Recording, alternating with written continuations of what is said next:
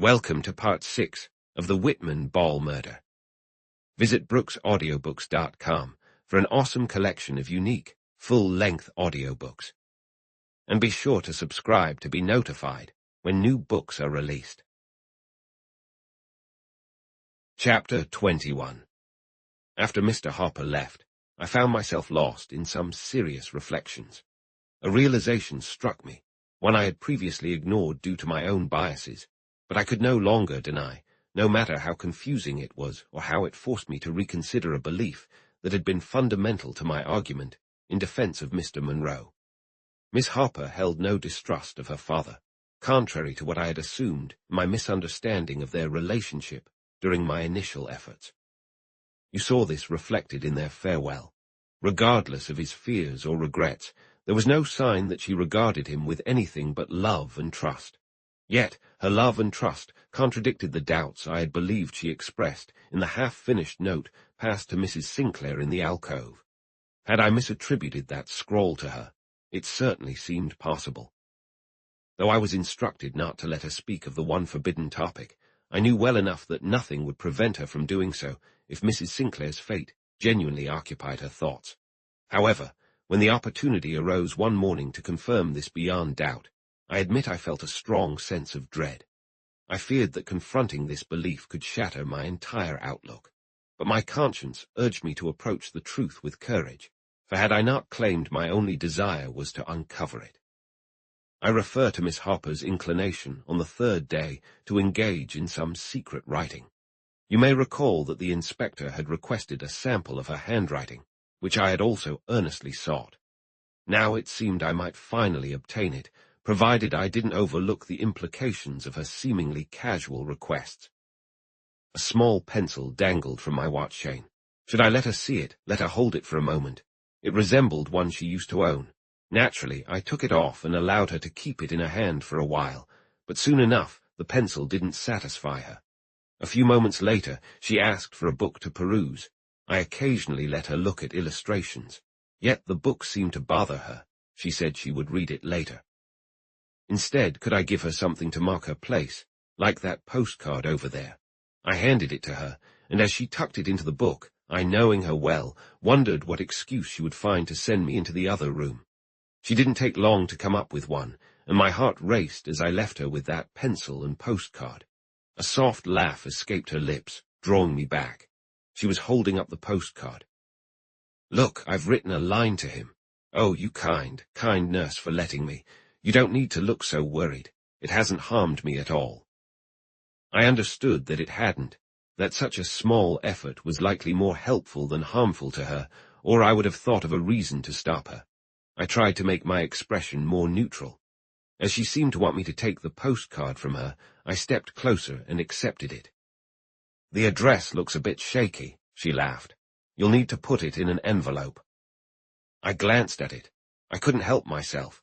Her gaze was fixed on me, and I couldn't prepare myself for the shock of seeing it either resembling or completely differing from the warning note. It was entirely unlike, so clearly different that it was impossible to connect those letters to her, which, according to Mr. Monroe's account, had led Mrs. Sinclair to remove her diamond. Why," she exclaimed. "You actually look pale. Are you worried the doctor will scold us?" It hasn't hurt me nearly as much as lying here, knowing what he would give for just one word from me. "You're right, and I've been foolish," I replied with what little energy I had left. "I should feel grateful. I do feel grateful that you've written these words. I'll copy the address onto an envelope and send it out in the first mail." "Thank you," she said softly, handing back my pencil with a sly smile. "Now I can sleep. I need to have roses in my cheeks when Papa comes home." Indeed, she looked poised to have ruddier cheeks than mine, while turmoil was churning in my heart. The theory I had carefully constructed, the one I had stubbornly presented to the inspector despite his rebuke, was gradually collapsing as one of its main supports crumbled away. With that warning unaccounted for in the way I had explained, my argument now showed a weakness that nothing could remedy. How could I face the inspector again if I ever had the fortune, or misfortune, of meeting his gaze once more? Shamed and defeated, I could see no value in any of the points I had previously made. I swung between extremes, attributing perfect integrity to Mr. Harper and an honorable, albeit mysterious, motive for all his actions when the door opened and he walked in. Instantly, my last doubt vanished. I hadn't expected him to return so soon. He was pleased to be back, that much was clear, but there was no other joy about him. I had anticipated some change in his demeanor or appearance if he returned at all, but the change I observed was not a cheerful one, even after he had approached his daughter's bedside and found her much improved. She noticed this and scrutinized him closely. He dropped his eyes and started to leave the room, but was halted by her tender call. He came back and leaned over her. "What is it, Father? You look tired and worried." No, I'm perfectly fine," he quickly reassured her. "But what about you? Are you really as well as you seem?" "Indeed, I am. I'm getting better every day. Look, I'll soon be able to sit up. Just yesterday I read a few words." He paused, casting a sidelong glance at me that noted a small table nearby where a book lay. "Oh, you have a book?" "Yes, and Arthur's letters, too." The father blushed, lifted himself, gently patted her arm, and hurried into another room. Miss Harper watched him with longing eyes, and I heard her let out a soft sigh. Not long before, this would have stirred my suspicious mind with all sorts of deep and mysterious meanings, but now I was viewing everything in a new light, feeling less inclined to exaggerate or misinterpret these small signs of a caring son. As I tried to appreciate this clarity of mind, I found myself digging through the depths of my being for the patience I so desperately needed, when yet again my thoughts and feelings were thrown into turmoil by the arrival of another message from the inspector. In it, he noted that something had happened to sway the authorities to my way of thinking, and that the test with the stiletto would take place immediately. Could fate be any more ironic? I let the letter drop from my hands, pondering whether I should inform the inspector about the flaw I discovered in my own theory before proceeding with the attempt I had suggested when I was confident it was entirely sound. I hadn't come to a conclusion when I picked the letter up again. Rereading the opening sentence, the word something caught my attention. It was vague, yet broad enough to encompass a significant range. It had to be substantial to have caused such a shift in the thoughts of these men, who were cautious by nature and especially careful in this situation. I decided to take that word, something, at face value, and stop my further contemplation. I was tired of it all. The inspector was now taking charge, and I was content to be just his tool and nothing more. Having come to this realization, I continued reading the letter. The test would proceed, but under different circumstances. It would no longer be conducted at my own discretion in the upstairs room. Instead, it was to take place during lunch in Mr. Harper's private dining room. If by any chance Mr. Harper found the notorious weapon next to his plate, the blame could fall on the waiter, who might mistakenly have placed it on Mr. Harper's table when it was intended for Inspector Dalzell, who was having lunch in the adjacent room. But I would be the one to do the placement. The details of how I would manage that will soon be revealed. Fortunately, the hour was fast approaching. Otherwise, I don't know how I could have endured the constant strain of looking at my patient's sweet face as she gazed up at me from her pillow, marked by a shadow that hadn't been there before her father returned. And that father, I could hear him pacing in the library, his restlessness mirroring my own in a turmoil of impatience and doubt. What was he afraid of? What was it that I had seen darkening his face and unsettling his manner when he occasionally opened the door to glance at us, only to retreat again in silence? Did he sense that a crisis was looming, that danger was closing in on him, perhaps from me? No, not from me, for his eyes never met mine. They were always fixed solely on his daughter. Therefore, I wasn't part of the turmoil in his thoughts. In that regard, I could proceed without fear. It was not him I feared, only the coming event. That was what I truly dreaded, as anyone would who saw Miss Harper's distressed face during these agonizing moments, and heard the sound of his restless footsteps just beyond. At last the hour arrived, the hour when Mr. Harper always came down for lunch. He was the very picture of punctuality, and normally I could count on him to leave his room within 5 minutes of the clock striking 1. But would he be just as timely today? Was he in the mood for lunch? Would he even go downstairs? Yes, because the footsteps stopped. I heard him approaching his daughter's door for a final glance and managed to slip out just in time to get what I needed and reach the room below before he arrived. My window of opportunity was brief, but I had a moment to notice two things. First, that his chair had been moved so his back faced the door to the adjoining room. Second, that door was slightly open. The usual waiter was present and showed no surprise at my appearance, as I had previously made arrangements for Miss Hopper's appetite to be stimulated by having her soup served from her father's table by him personally, and that I would stand by to receive it. "Mr. Hopper is coming," I said, moving closer to the waiter and handing him the stiletto wrapped loosely in tissue paper. "Could you please place this at his plate, just as it is? A man gave it to me for Mr. Hopper and instructed that we should put it there." The waiter, unaware of any danger, complied with my request, and I barely had time to grab the tray filled with dishes that were waiting for me on a side table when Mr. Hopper entered and was shown to his seat. The soup was not yet there, but I stepped forward with my tray and stood there, waiting, not too close, for fear my racing heart might give me away. Just then, the waiter left, and the door behind us swung open. Though Mr. Hopper's gaze fell on the package, causing him to flinch, I cast a quick glance into the room revealed beyond and saw that it contained 2 tables. At one end of the table, the inspector sat with someone I didn't recognize, both engaged in a meal. At the other end, a solitary man had his back to us, seemingly indifferent to the weight of the moment unfolding around us. I took all this in at a glance before my attention shifted to Mr. Hopper's face. He reached toward a package, and his expression seemed to reflect a mix of awe and something akin to anger. "What's this?" he murmured, as he examined it with surprise. Suddenly he tore off the wrapping, and my heart stopped in anticipation. If he faltered, and how could he not if he was guilty, then my doubts would be erased, and the police could act without hesitation. But he did not falter. Instead, he let out a fierce curse and placed the weapon back on the table without attempting to hide it. I think he cursed under his breath, yet there was no hint of fear in his voice, not even a trace. My disappointment was overwhelming, and my humiliation immense. Lost in my shock, I stumbled back and dropped the tray, sending its contents crashing to the floor. The noise startled Mr. Hopper, who had just begun to rise, but it did more than that. It elicited a cry from the next room that I will never forget.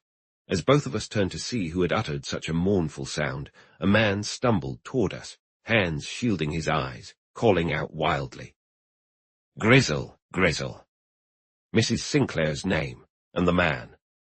Chapter 22. Who was this Wellgood? Sears. A lover of the woman, most definitely. That was clear from the intensity of his cry. Grizzle, Grizzle. But how had he come to be here, and why was there such fury on Mr. Hopper's face and astonishment on the inspector's? This was not a question that could be quickly answered. Mr. Hopper stepped forward and placed a hand on the man's shoulder. "Come," he said, "let's talk in another room." The man, looking incongruous in those lavish surroundings, shook off his stupor and began to follow the Englishman. A waiter passed by with soup for our table, but Mr. Hopper waved him aside. "Take that back," he commanded. "I need to speak with this gentleman before I eat. I'll call for you when I'm ready."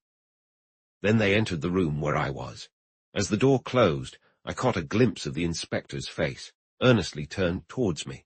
I understood my duty in that moment and steeled myself to face. What? I couldn't tell just yet. The next moment clarified everything. Ignoring my presence entirely, likely due to his overwhelming excitement, Mr. Hopper turned to his companion as soon as the door shut, and gripping him by the collar, exclaimed, "Sinclair, you scoundrel, why have you come to your wife like this? Are you a murderer as well as a thief?" Sinclair, so that was who he was. Then who was the man being cared for on the mountains beyond Santa Fe? Sears. In that instant, anything seemed possible. Meanwhile, Mr. Hopper abruptly released his hold on the other man and snatched the stiletto from the table where he had thrown it down, exclaiming, "Do you recognize this?" In that moment, I saw guilt. In a silence more unsettling than any shout, this so-called husband of the murdered woman, the man who had faced no suspicion, The man everyone believed was far away at the time of the crime, stared at the weapon held before him. Across his face flickered all the emotions of fear, disgust, and the shame of guilt that I foolishly had expected to see mirrored in Mr. Harper's calm demeanor. The shock and disbelief of it rooted me in place. I was so stunned, I barely registered the shattered pieces at my feet. Yet the intruder did. He tore his gaze from the stiletto that Mr. Harper held out, then pointed at the broken cup and saucer, murmuring, "That is what drove me to this betrayal, the sound of shattered china. I cannot stand it ever since." He paused, bit his lip, and suddenly seemed to muster some bravado. "Since you dropped the cups at your wife's feet in Mr. Whitman's alcove," Mr. Harper concluded, maintaining his admirable composure. "I see that explanations from me are not welcome," came the grim response, laced with sharp sarcasm. But as the full weight of his predicament crashed down on him, an expression crossed his face that was jarring to my unaccustomed eyes. He plunged his hand into his pocket and pulled out a small box, which he placed into Mr. Harper's hands. "The Great Mogul," he stated flatly. It was the first time I had heard that diamond referred to by this name. Without a word, Mr. Harper opened the box, took a glance at what it contained, adopted a satisfied expression, and carefully tucked the gem into his own pocket. When his gaze returned to the man before him, all of the latter's pent-up emotion erupted. "I did not kill her for that," he yelled.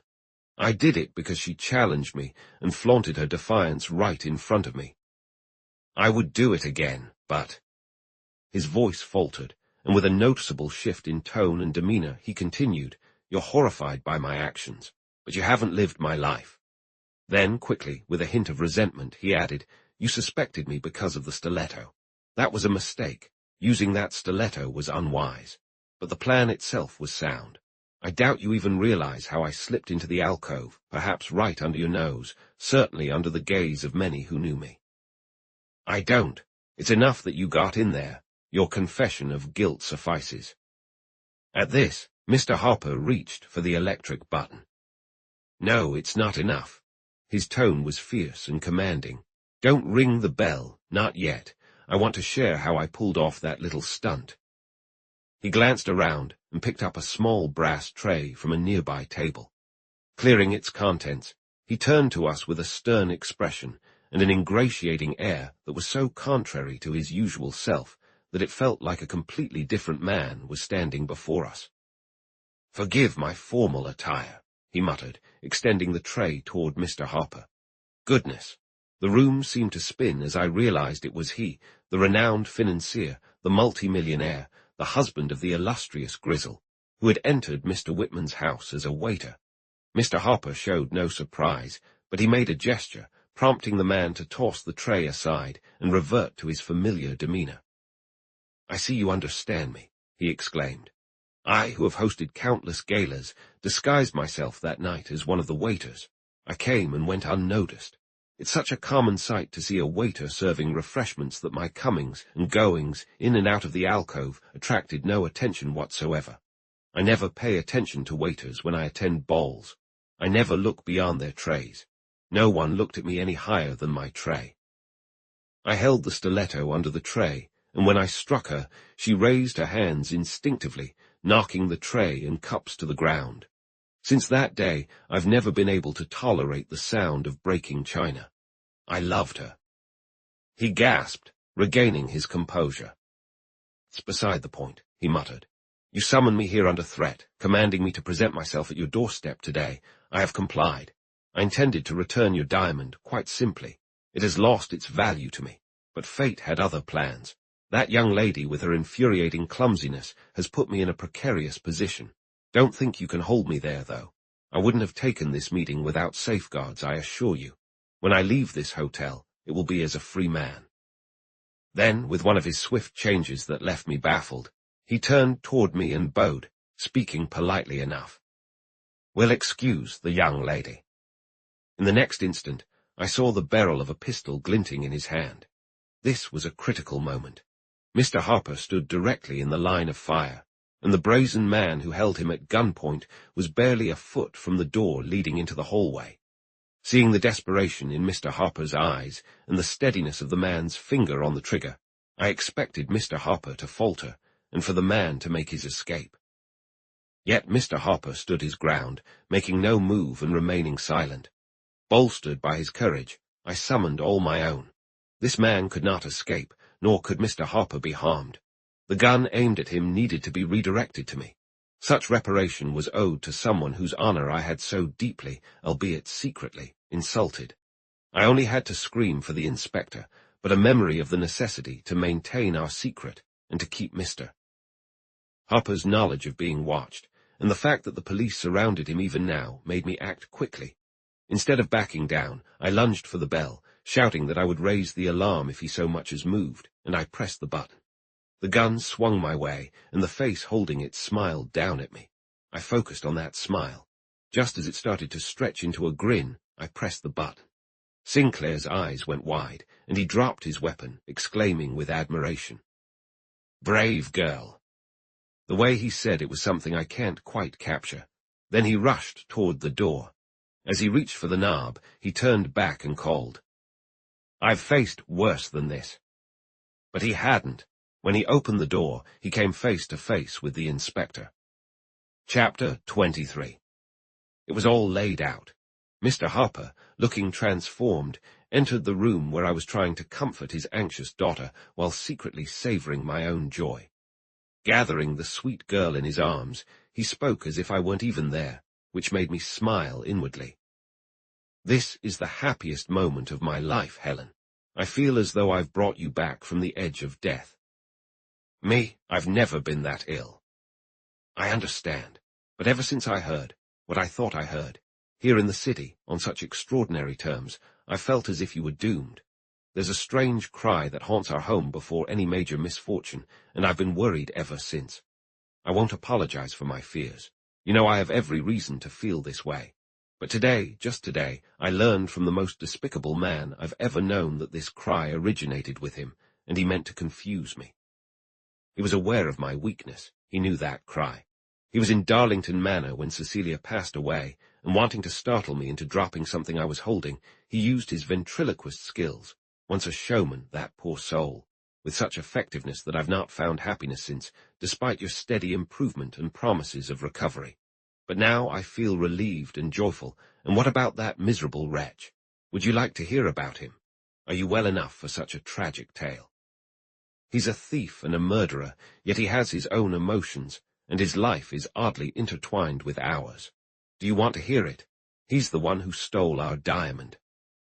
My patient gasped. "Oh, please tell me," she urged, excited yet still healthy enough. Meanwhile, I struggled to keep my own curiosity at bay. Mr. Harper turned politely toward me and asked if I would find a few family details boring. I smiled and assured him it was quite the opposite. He settled into his favorite chair and began a story that I will share with you from a broader perspective than his own. About 5 years earlier, one of the world's great diamonds came up for sale in an eastern market. Mr. Harper, a man who spared no expense to satisfy his passion for fine gems, quickly dispatched his agent to Egypt to inspect the stone. If the agent found it to be as remarkable as claimed and affordable for a wealthy commoner, he was to go ahead and purchase it. Upon closer examination, the diamond was indeed everything it was said to be, except for one flaw, hidden in the center of one facet. However, this defect was regarded as a characteristic of the diamond rather than a drawback, adding to its historical value rather than diminishing it. Mr. Harper bought the gem and added it to his collection at his manor in Kent. Not one to suspect wrongdoing, he enjoyed showing off his new treasure to friends and acquaintances who might appreciate it. It was not unusual for him to pass the diamond around while he fondled his other possessions, revealing different items to those less captivated by the stone itself. After one such gathering, as he picked up the diamond to return it to the secure safe he had built in one of his cabinets, he noticed it lacked the usual sparkle and brilliance. Upon closer inspection, he realized the flaw had mysteriously vanished. Alarmed, he examined it even more meticulously, only to discover that what he held wasn't a diamond at all, but a worthless piece of glass. replaced by some clever trickster who had stolen his priceless gem. In that moment, his humiliation nearly matched his sense of loss. He had been warned repeatedly about the danger of letting such a valuable object circulate in front of so many eyes but his own. His wife and friends had foretold a loss like this, not just once, but many times, and he had always dismissed their concerns, confident in his knowledge of his companions and certain there were no dishonest souls among them. Yet now it dawned on him that even someone experienced in understanding human nature could be mistaken, and he felt a deep shame for his earlier carelessness, even more so for the doubts this experience stirred about all his friends. He carefully locked away the counterfeit stone and buried his sorrow deep inside until he could sort through his thoughts and accurately recall the circumstances surrounding the last time he had shown the diamond. He was certain it hadn't been that evening. The only people present were friends of such good standing and reputation that it seemed absurd to suspect them. So when and to whom had he last shown the jewel? It had been a whole month since he displayed the diamond. During that time, his youngest daughter, Cecilia, had passed away, and his thoughts had not been on jewels. A month. It was enough time for his precious diamond to have been taken back to the East, enough time for it to have been recut. It seemed lost to him forever, unless he could quickly find the person who had stolen it. But that would be difficult. He struggled to remember just who he had entertained on that particular day in his small hall of cabinets, and when he finally got a guest list from his butler, he wasn't even sure it captured everyone who had been there. His memory was terrible, and honestly, he had very few details to share with the discreet agent who had come from Scotland Yard one morning to hear his concerns and help him discreetly. He could give the agent free rein to investigate the diamond market, but not much else. While that seemed to satisfy the agent, it didn't lead to any promising outcomes for him. He was prepared to accept his loss and keep quiet about it when, one day, a young cousin of his, who lived lavishly in a nearby county, informed him that he had mysteriously lost a unique and valuable Italian stiletto from his collection of arms. Startled by this coincidence, Mr. Harper decided to ask a few questions, which led his cousin to reveal that the stiletto had vanished after he hosted an extravagant supper for some friends and gentlemen from London. This information, which resonated with Mr. Harper's own experience, prompted him to request a list of his cousin's guests, hoping to find someone who had also been at his own house. Unaware of Mr. Harper's true motives, his cousin quickly wrote out the list, and they both examined the names, crossing out those they deemed above suspicion. By the end of their scrutiny, only 2 names remained uncrossed. One belonged to a scatter-brained young man who had arrived with a highly regarded family connection of theirs. The other was that of an American tourist who clearly displayed great wealth and had presented letters to prominent figures in London, securing himself attention not typically given to foreigners. This man was named Sinclair, and as soon as Mr. Harper heard it, he remembered that an American with a distinctive name and a reputation for wealth had been among his guests on the night in question. Suppressing the impact this revelation had on him, he traced his finger over the name and asked his cousin to investigate the owner's background and current standing in America. Not satisfied with that, he also dispatched his own agent to New York, where he soon found out this man had returned. The outcome seemed to clear the suspected American of any wrongdoing. He was identified as a prominent citizen of the bustling city, moving among the upper echelons, and known for his wealth, which came from a remarkable business acumen. Of course, he hadn't always held such status. Like many self-made individuals, he had risen from a lowly position in a western mining camp to become the owner of a mine, gradually advancing through the ranks of success to stand among New York's top business figures. Throughout these transitions, he had built a reputation for honest dealings, if not particularly generous ones. He lived lavishly, had married well, and was noted for having one extravagant passion. This was for the unique and unusual in art, a hobby that, if the rumors were true, cost him thousands every year. This last detail was the only aspect of the report that hinted he might be the one who had taken the Great Mogul, as Mr. Harper's renowned diamond was called. However, Mr. Harper was too fair-minded and too much of a connoisseur himself to let this alone tarnish the overwhelmingly positive rest of the report. So, he recalled his agent, secured his cabinets with double locks, and limited the display of his valuables to items that gave no hint of jewels. 3 years went by, and one day he came across mention of a remarkable diamond that had been spotted in New York. From its description, he realized it had to be the one that had mysteriously disappeared from his cabinet. When, after discreet inquiries, he discovered the possessor's name was Sinclair, his old suspicions reignited, and he resolved to investigate the matter further, quietly. He still had too much respect for a man in a high position to confront him without solid evidence. With no one he could trust for such a sensitive inquiry, he decided to handle it himself and seized the first opportunity to cross the water. He took his daughter with him, having resolved never to let his only remaining child out of his sight. However, she was unaware of his plans or the reason for their journey. In fact, only his lawyer and the police knew about the loss of his diamond.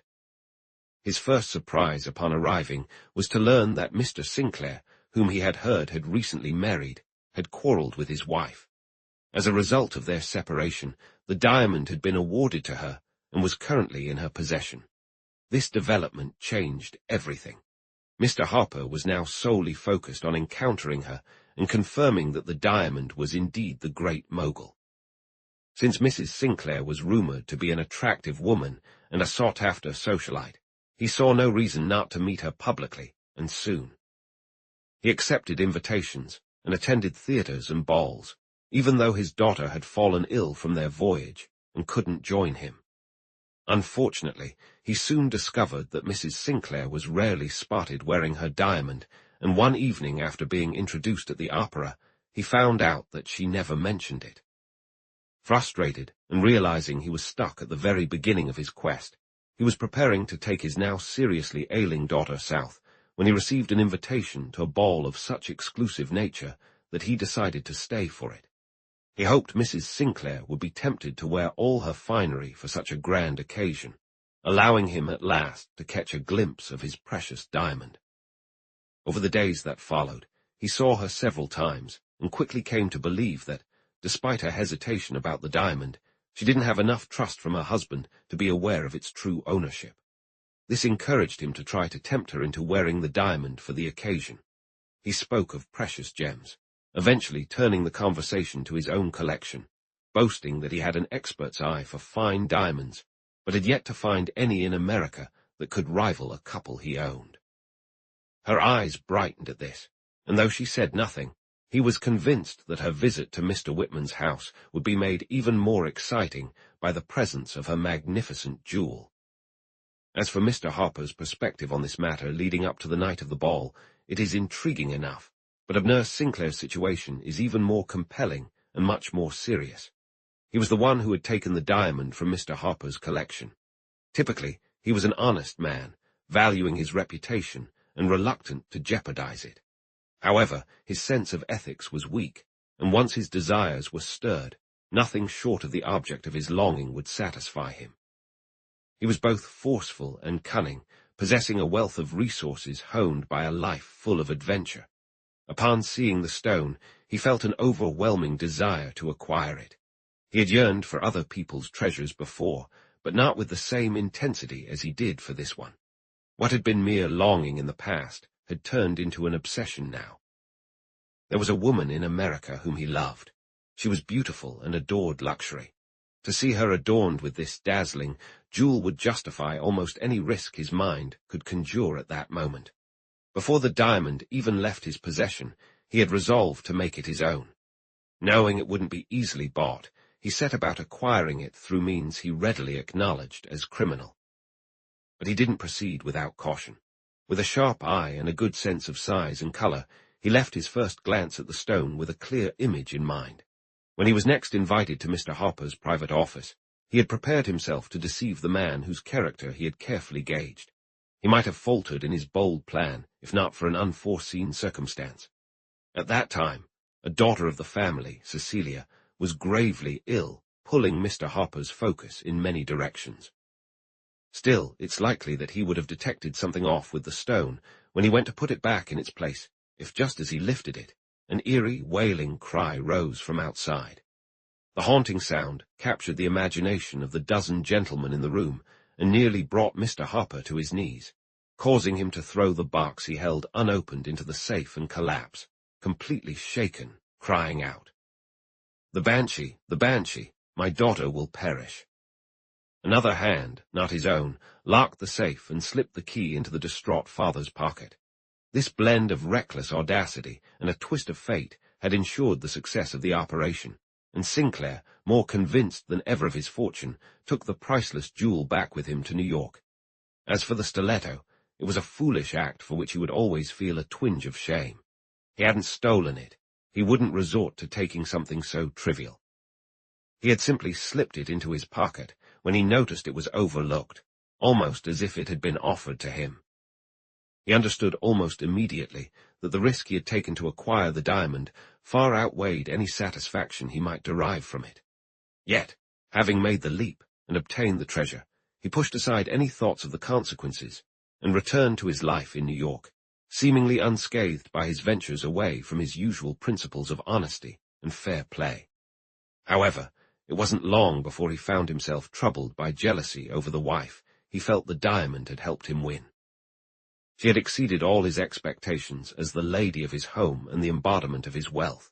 For a year, even two, he had been completely happy. In fact, he had felt more than just happiness.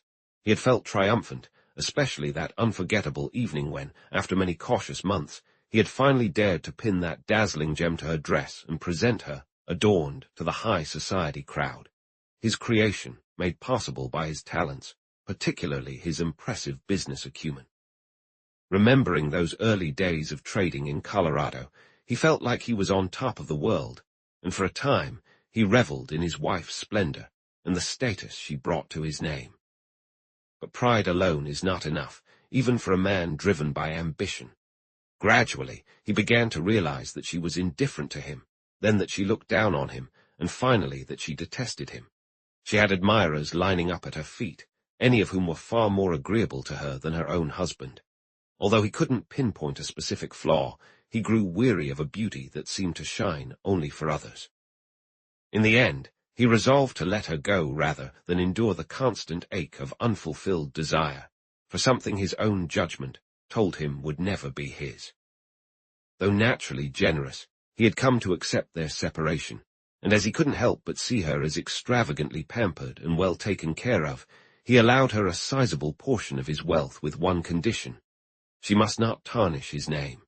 However, the diamond she took, or rather, made off with in her typically bold fashion along with her other jewels, was never a gift from him.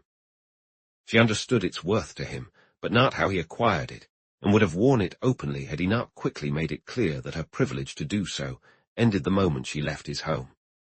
Unable to flaunt it without drawing public attention, she reluctantly followed his wishes, using its brilliance only in private.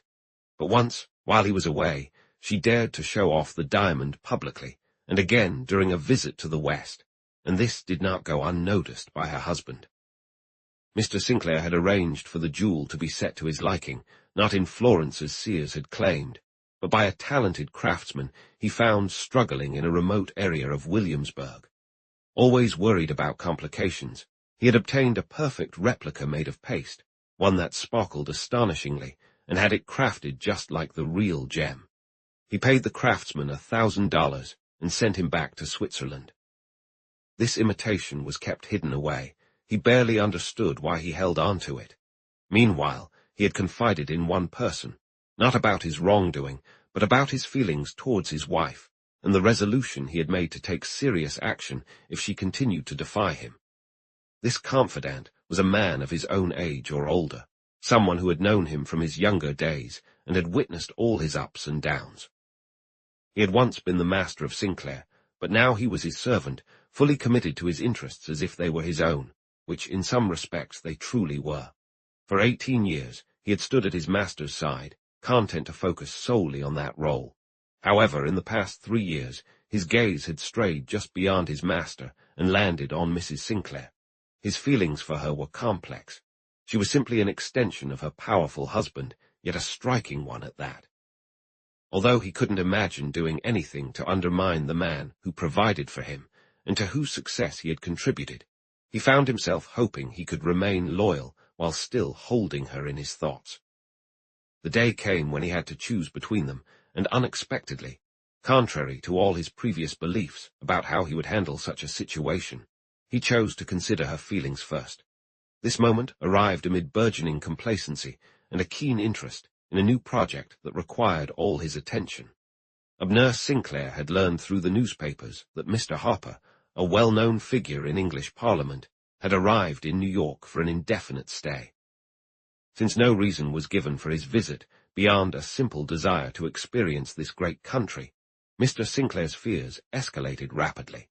He envisioned ruin and disgrace if the diamond, currently out of his possession, should come to the attention of its rightful owner, especially since he could sense that Mr. Harper's calm demeanor regarding its loss was merely a facade.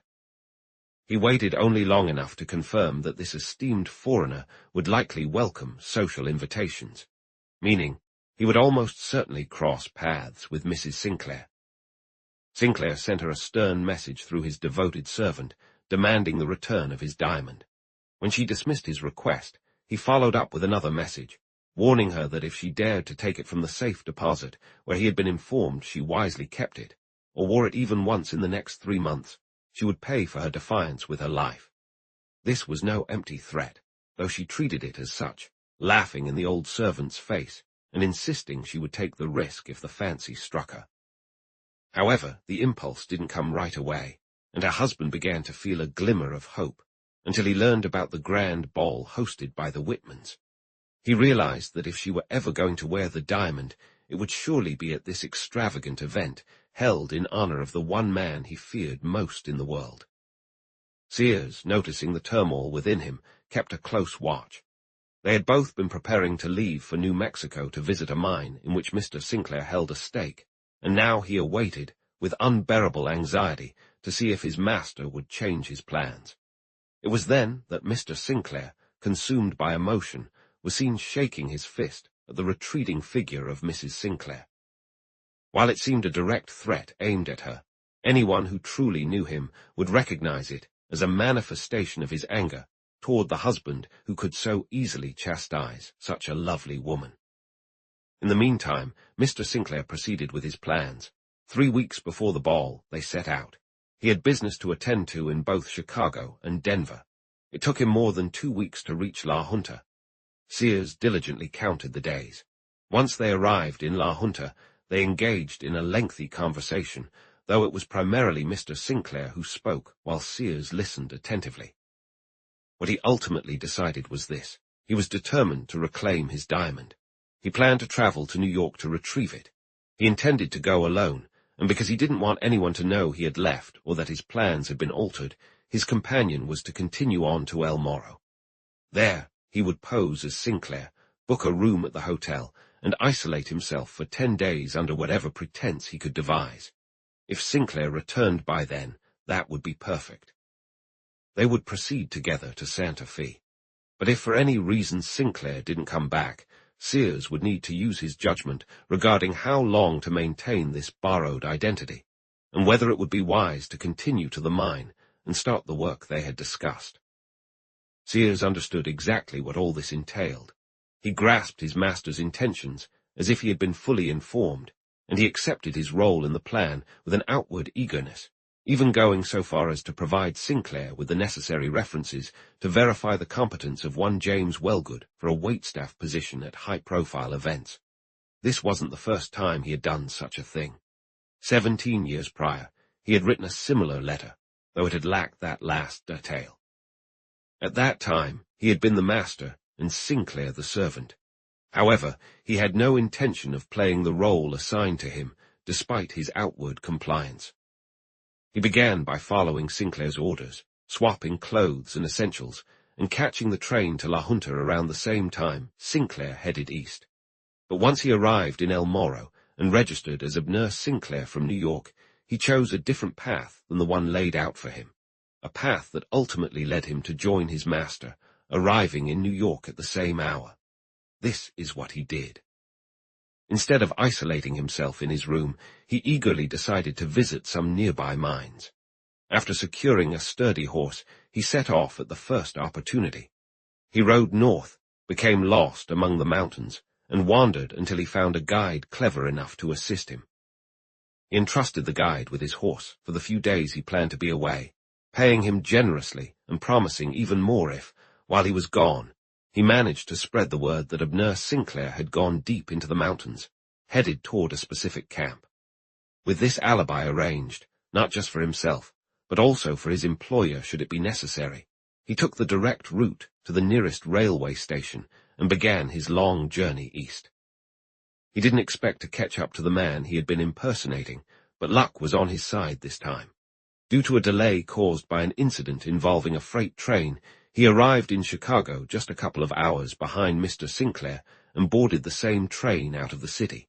However, they were not in the same car. Sears spotted Sinclair on the platform and made sure to stay out of his view.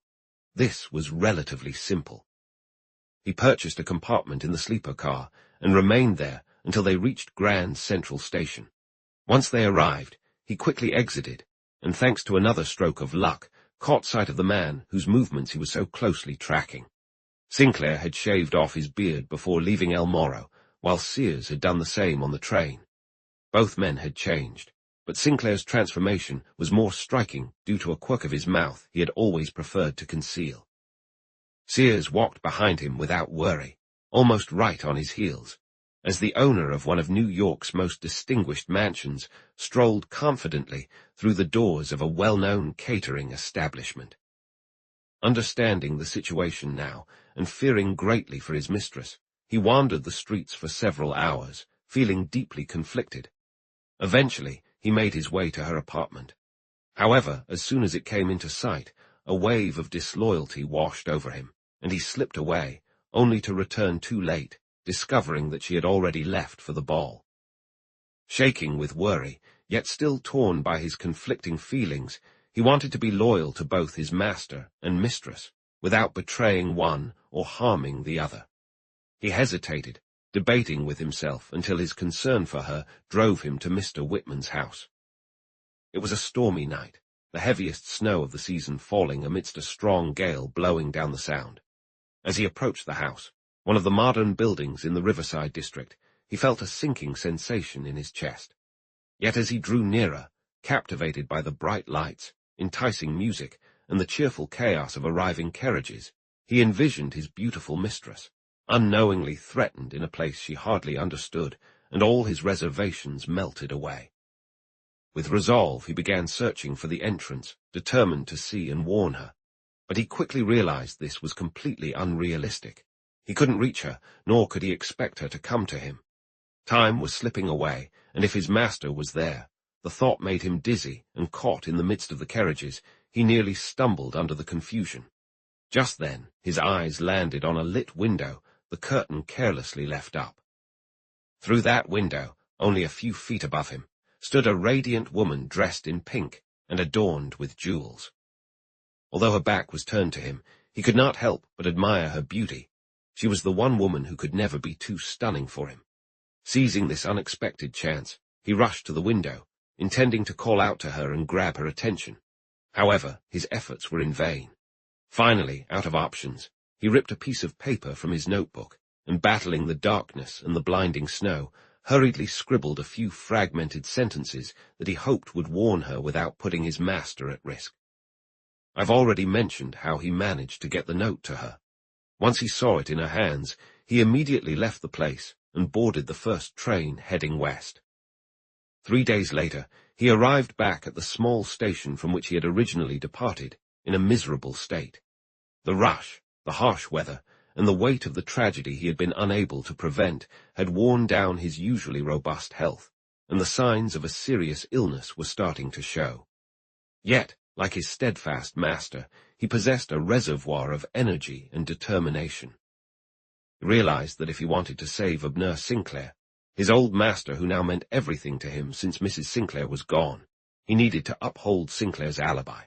To do this, he had to continue the deception as his master had planned and make his way to the camp in the New Mexico mountains as quickly as possible. He believed he would have the strength to see it through, and threw himself into the task. After making his way into the mountains, he found the guide and his horse at the agreed-upon spot. Paying the guide enough to ensure his silence, he rode back toward El Morro, where he was then sent on to Santa Fe, as previously detailed. This is the true context behind the nearly illegible scrawl found in Mrs. Sinclair's hand after her death. As for the note that left Miss Harper's bedside for this very house, it was, in both the writing and the sending, a heartfelt whim from a very ill but tender-hearted girl. She had seen the look on Mr. Harper's face as he departed, and in her feverish state, she thought that a note in her own handwriting would reassure him of her condition and allow him to enjoy his evening. However, she was too intimidated by her nurse to write openly, and though we never found that scrawl, it was likely not much different in appearance from the one I had mistaken it for. The man she entrusted with it stopped for too many drinks on the way, so it never reached Mr. Whitman's house. He didn't even come home that night, and when he finally showed up the next morning, he was dismissed. This brings me back to the ball and Mrs. Sinclair. She had never truly feared her husband until she received his old servant's note in that peculiar fashion I mentioned before. Delivering it through the night and the rain, it bore all the signs of haste and greatly unsettled her, prompting her to seize the first opportunity to rid herself of her dangerous possession. We know the story that unfolded. Meanwhile, a burning heart and a scheming mind continued their nefarious work a short distance away, hidden beneath the calm exterior and busy movements of the caterer's newly hired waiter. Of Nurse Sinclair, a man whose true character had always eluded everyone, except perhaps those who knew him during his struggles, was one of those dangerous individuals who can mask the most intense passions and desperate intentions behind a blank stare and quiet demeanor. He was furious with his wife for recklessly endangering his reputation, and he had come there with the intention of killing her if he found her flaunting the diamond in Mr. Harper's gaze held a weight that no one else seemed to notice as he moved through the room where the two of them stood. The moment he caught sight of the intense scrutiny and unmistakable recognition on the face of the gentleman who had been wronged for so long, his fate was sealed. The plan was clear. Confront her directly, snatch the diamond, toss it at Mr. Harper's feet, and then end his life. That had been his intention. Yet, after mingling among the guests for a while, he realized that no one was looking at him, nor did anyone recognize the well-known millionaire behind the stiff demeanor, with meticulously styled hair and formally arranged whiskers. In that instant, colder thoughts took over.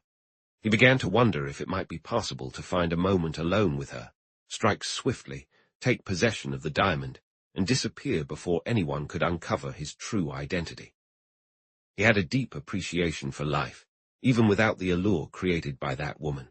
He was drawn to its challenges and the hard-won luxuries it offered.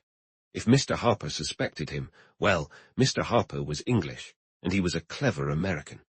If things came to a head, the crafty American would outsmart the Englishman, provided Mr. Harper could not point out the flaw that marked the diamond as his own. Sinclair had anticipated this, and was determined to succeed, as long as he could keep his emotions in check and remain sharp-witted when the moment arrived. These were the thoughts and schemes of the observant man, who moved among the crowd with a tray laden with coffee and ices, unnoticed among 20 other similarly engaged servants. He attended to one lady after another, and when Mr. Monroe emerged from the alcove, he slipped in with his tray and cups of coffee, going completely unnoticed. The encounter lasted only a minute, and when he stepped back out, he remained unseen as he headed to the supper room for more coffee. But that minute had etched itself on his heart forever. She sat alone, her back to the entrance, forcing him to walk around to face her. Her poise and the distant air she carried, even as she smiled, made him feel awestruck and caused him to loosen his grip on the slender stiletto hidden beneath the tray. But such determination is hard to break, and soon his fingers tightened again, this time with a deadly firmness. He had expected to see the flash of her diamond as he leaned closer, and he dreaded it, fearing it might distract him from her face and cost him the sight of her startled recognition, which would give his revenge its needed satisfaction. Yet the tray he held shielded her breast from his view, and as he lowered it to strike, all he could focus on was ensuring he aimed well enough that a second strike wouldn't be necessary. He was no stranger to this kind of life, having learned much during his years in the mining camp, and he didn't fear failure. What he did fear was her letting out a cry, maybe even calling his name. But she remained frozen in horror, her wide, glassy eyes locked onto his as he slowly revealed the weapon. He couldn't quite say why he pulled it out instead of leaving it buried in her chest. Perhaps it was the fleeting delight of savoring his revenge. In an instant her hands shot up, the tray tipped, and the china shattered. That's when everything changed, and he realized two things. The murder weapon was still in his hand, and the diamond he had hoped to claim was gone from her breast. It was a ghastly moment. Voices echoed from the alcove, laughter that would soon turn to screams of terror. And the music, oh, how it had faded, making way for the dying murmur he now heard from her lips. But he was a man of steel. He plunged the stiletto into the first opening he saw and drew the curtains over the glaring windows. Then he slipped out with his tray, perfectly composed, pristine, and as attentive as ever, devoid of thought or feeling. Yet beneath it all, in the quiet corners of his mind, he understood that something more than his wife had been lost that night, and that sleep, peace of mind, and all joy from the past were gone forever. It wasn't him I saw enter the alcove and emerge with news of the crime. Instead, he left that task to someone whose background could withstand scrutiny better than his. His role was to portray, with just the right amount of horror and intrigue, the ordinary servant confronted with a high-profile crime. He could do this. He even participated in the gossip, staying close to the other waiters. The absence of the diamond was what gnawed at him. It sometimes drove him to the brink of panic. Had Mr. Harper recognized and claimed it? If so, he, Abner Sinclair, would have to remain James Wellgood, the waiter, indefinitely. That would demand more faith in his fortune than he had ever possessed. But as time passed, and nobody contradicted the widely accepted belief that the same hand which had dealt the blow had taken the diamond, even that worry began to fade, and he faced the crowd with growing confidence until the moment he suddenly heard that the diamond had been found in the hands of a complete stranger, and watched as the inspector handed it over to Mr. Harper. In an instant, he realized that the turning point of his fate had arrived. If Mr. Harper was allowed to identify this stone, he, Abner Sinclair, would be finished, and the diamond would be lost as well. Could he stop this? There was only one way, and he took it. Using his ventriloquist skills, developed from a year spent performing on stage, pulling off antics just like this, he let out a shout that he knew would unsettle Mr. Harper more than anything else. As expected, the diamond slipped from Mr. Harper's grasp. Seizing the moment, he rushed forward, and while pretending to pick it up, made the switch that not only fooled the statesman, but also returned the diamond that Harper would have traded half his remaining days for. Meanwhile, Mr. Harper was grappling with his own worries. Throughout the long evening, he had clung to the belief that the diamond he had caught only a fleeting glimpse of was the great mogul from his once celebrated collection. So convinced was he that, at one point, he considered stepping into the alcove to get a better look and settle the matter right then and there. He even picked up the 2 cups of coffee that would serve as a cover for his intrusion, but his natural sense of chivalry held him back. He set the cups down, though I didn't notice this, and instead headed toward the library, intending to write her a note. However, when he found paper and pen, he struggled to find the right words for such a bold request. Disheartened, he returned to the hall only to be met with the shocking news that the woman he had dared to address had just been murdered and her precious jewel stolen. The blow was too severe, and with no chance to leave the house at that moment, he retreated to the library, burying his anxieties in silence until hope sparked again at the sight of the diamond in the inspector's hand. But that flicker of hope faded when he unwittingly accepted the fake jewel from a man he didn't even recognize. The American had outsmarted the Englishman, and it seemed that evil had triumphed completely, or so it appeared. But while the Englishman may be slow, he is steady. Although Mr. Harper had momentarily lost his way, seeing a picture of the stiletto in the papers reignited his certainty that, despite everything, Sinclair was truly behind not only the thefts that had harmed both him and his cousin, but also this horrific murder. He made no overt moves. He was an outsider in a foreign land and greatly troubled by his fears for his daughter. But he initiated a discreet investigation through his old valet, whom he happened upon in the street, and whose unique skills in such matters he recalled well. The purpose of these inquiries was to find out if the man that 2 doctors and 3 attendants were working to revive on a high plateau in a remote part of New Mexico was the same Sinclair he had once welcomed at his table in England, and the misadventures that followed would certainly be a story of their own. However, the results seemed to prove otherwise. After countless delays that tested Mr. Hopper's patience, he learned that the man was not the same, even though he went by the name of Sinclair, and everyone in that area regarded him as such. Unaware of the complex relationship between the wealthy master and his servant, which sometimes led the latter to take on the identity of the former, Mr. Hopper felt he had been mistaken and was deeply ashamed of his suspicions.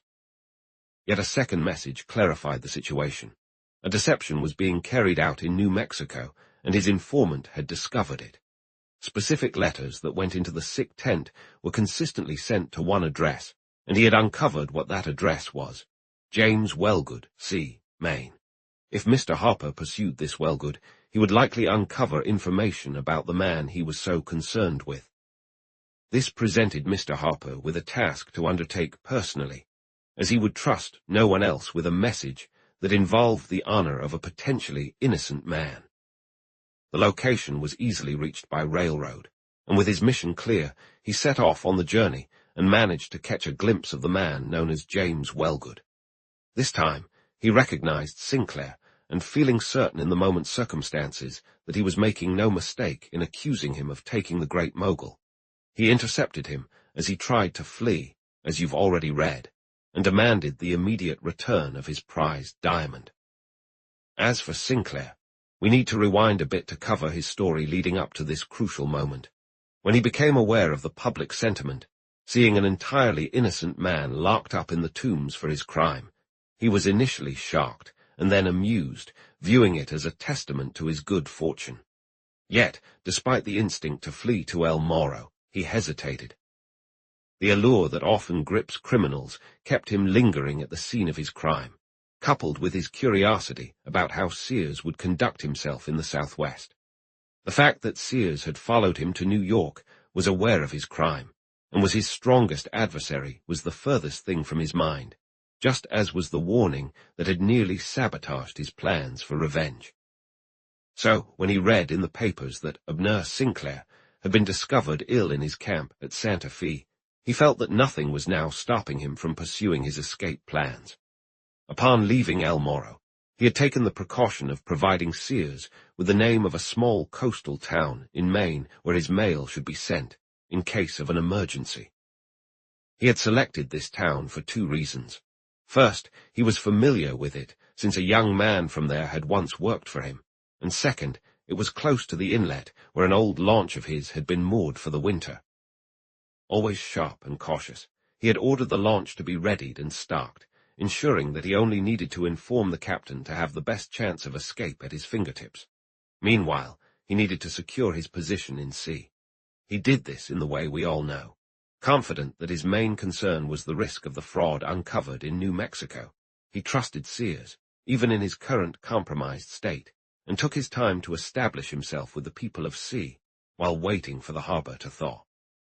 With that done, and cruising becoming possible, he made a quick trip to New York to collect the papers and valuables he intended to smuggle out of the country. They were in safe deposit, but that safe deposit was located in his secure room, deep within his house on 86th Street, a room you'll recall from Sweetwater's adventure. Entering his own home with his own latch key on a stormy night felt like no great risk to this self-assured man, and indeed it was. He reached his secure room, gathered his securities, and was leaving the house without raising any alarms when a sudden instinct for self-preservation urged him to find a pistol. His own was in Maine, but he remembered where Sears kept his. He had seen it often in that old trunk from the Sierras. He went upstairs to the steward's room, retrieved the pistol, and felt invincible at that moment. However, as he was putting back the items he had rummaged through, he stumbled upon a photograph of his wife, and became lost in thought, driven nearly mad, as the detective later recounted. That he would later manage to trap this detective and leave the house without a care for his own fate reveals the kind of man he was in extreme peril. I question whether he ever gave a second thought to the man after he had locked him in. Given his complete ignorance of who his victim was or how he was connected to his own fate, that's quite unusual. Back in sea, he made final arrangements for his departure.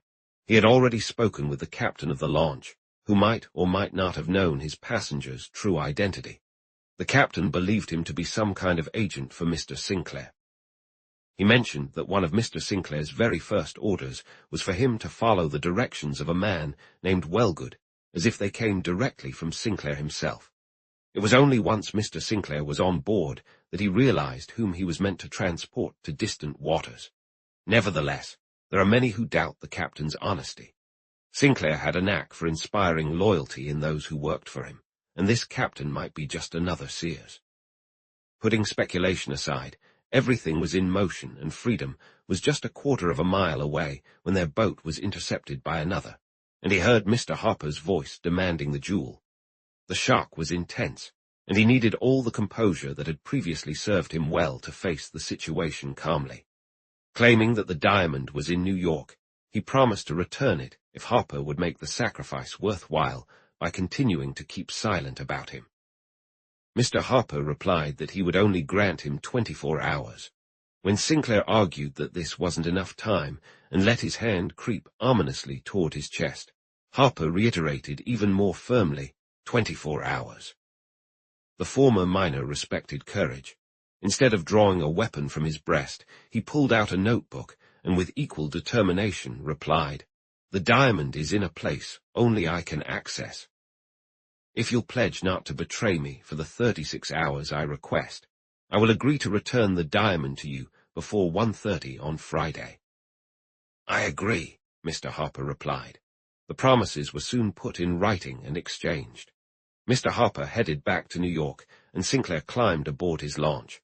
The diamond was indeed in New York, and Sinclair believed it wiser to use it to ensure Mr. Harper's silence for good rather than flee the country, leaving behind someone who knew his secret and could ruin him with a single word.